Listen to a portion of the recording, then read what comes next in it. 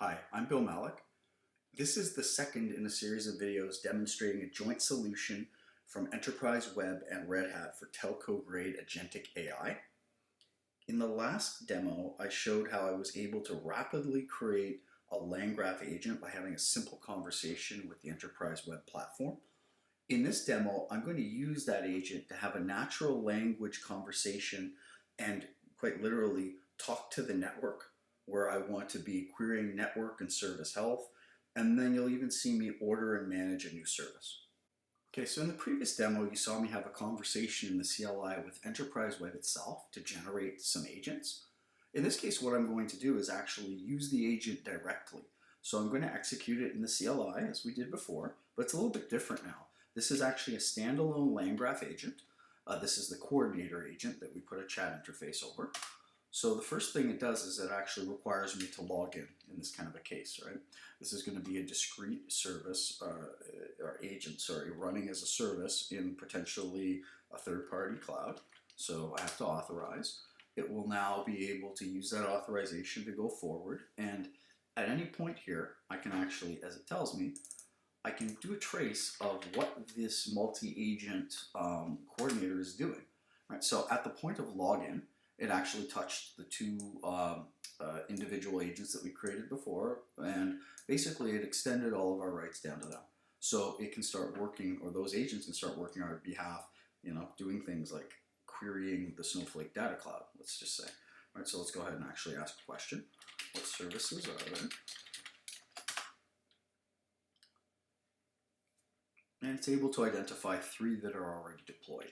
And again, as I sort of mentioned, at any point I can trace exactly what it's doing, what the agent routing that is extended over OpenShift's LLMD is, basically pointing to, those kinds of things, and at the point of actually even domain querying our domain. So we get a full trace of what this is. But let's go ahead now.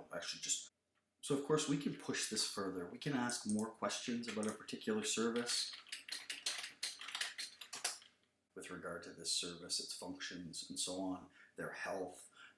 It's pulling back telemetry regarding each one, etc. And the way this is working, of course, as we sort of mentioned earlier, is that those agents it's coordinating have personas. They're working as if they're a part of the EnterpriseWeb platform.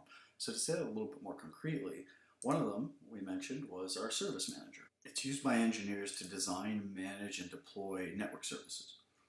So that's the persona that the agent's working with when it queries the network, when it sees things like an inventory of services, or if we want to deploy something from our catalog, like a new service, this is what the agent is going to turn to.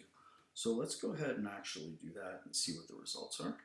So we'll go back to the agent, we'll order a new service, and you can see already it's aware of the catalog. There's only one that we want to order, so it's making our life very easy here. So let's go ahead and do that.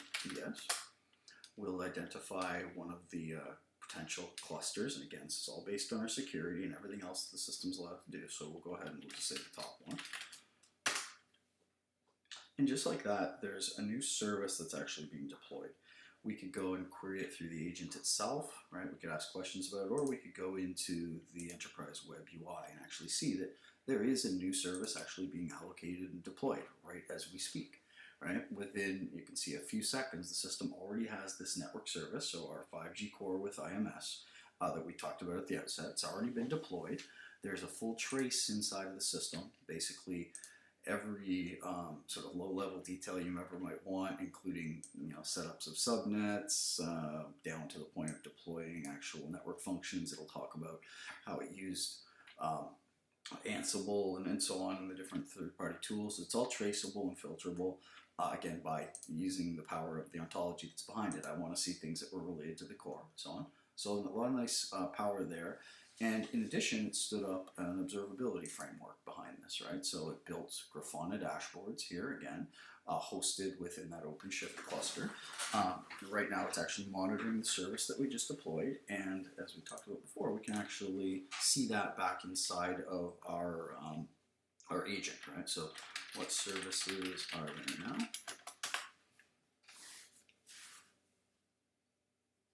So So there's our new service down at the bottom here, right? So our agent's aware of the service and everything else. Now, for the purposes of the demo, what we did was we deployed the service without AI ops turned on. The point of that was that if it was on, if we did something like simulate a denial of service attack, which is what we're going to do in a second, right? We're going to flood the system with a whole bunch of simulated traffic to see how it reacts. Normally it would just automatically patch the problem. You'd see you wouldn't even see really a blip as far as the system's aware. But in the absence of those policies, what you're going to find is the system's going to have time to react to the problem. It's going to do root cause analysis. You'll see that reflect in the agent. You're going to see our dashboards change, etc. And it'll give us an opportunity to sort of implement a fix. So let's go ahead and do that and see what happens. All right, so we start our network traffic. So a couple of things. You can see that our agent has recognized the poor performance already and started to help us figure out what the problems actually are, right? So some RCA over here, it's performance degraded, etc.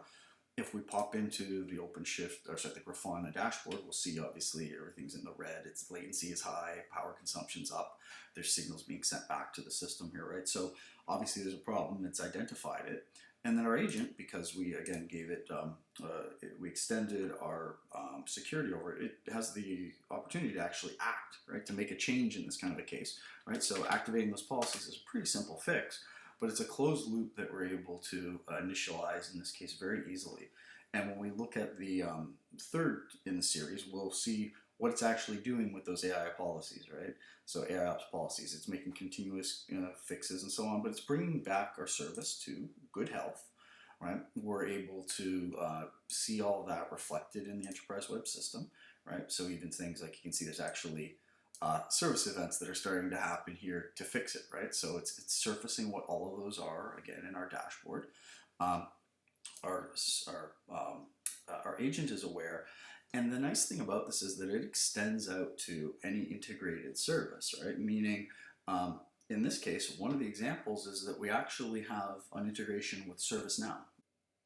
So if I go into ServiceNow and I sort of just play the role of a user who maybe experienced that problem when it happened, right? They had a denial of service attack. They didn't know what their issue was. They're going to file a ticket or create an incident in ServiceNow that happens to already be integrated with the platform. It's going to benefit from the work that agent did a moment ago. So let's see that sort of in action here, right? We'll create a very simple incident report, right? So my IMS wasn't responding, right? And again, this is permissioned into EnterpriseWeb, etc. So very simple short description here, right? What we're going to do is submit our report, right? And then what's going to happen is if we go back to it without any manual integration, right, we can actually see that the system went ahead and asked EnterpriseWeb what the problem was, basically, right? It identified that that core that we had just deployed was the most likely problem, right? It had an incident however long ago, it was a minute ago, which is resolved, suffered a spikes of details about it, what the problem actually was in the remediation, and then it's telling us that it's now reported it's performing as expected, right? So it confirmed that really it wasn't a problem here, and it even closed the ticket and updated it for us. So this gives you a good idea of the kinds of closed loops that we can empower, even if it's sort of an indirect benefit of the agents that we built. In this demo, you saw how I was able to use the LangGraph agent that we had developed previously to quite literally talk to my network, to deploy a new network service, ask questions about its health, and even repair the service when something went wrong. Be sure to watch the last in our series to get an idea of what's going on behind the scenes with that agent, how it's actually managing AI ops and keeping our network service optimized.